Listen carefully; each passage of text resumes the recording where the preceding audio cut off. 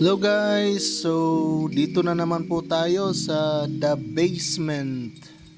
Sa May Matina lang po ito, banda Davao City. May nag-rent po kasi ng guitar amp natin, which is Marshall Valve State 100. So rerentahan po nila ito kasi merong gig mamayang gabi. Dito pasyal po tayo. Ito po yung mga picture ng artist, mga sikat na artist po dito sa bar. Yan po sila. Okay, so dito naman po tayo sa CR. Ito po yung pinto, yung papuntang CR. Mga stickers po dyan ng mga band na nakagig na po dito sa bar. At naghihintay lang po tayo na magbukas yung bar kasi sarado pa.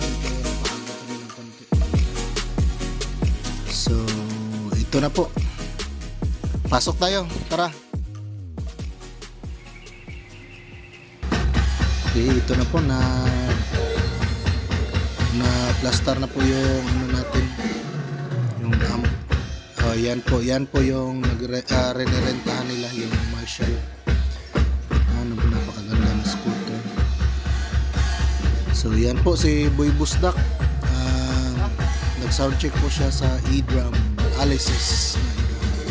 Napakaganda po dito sa loob.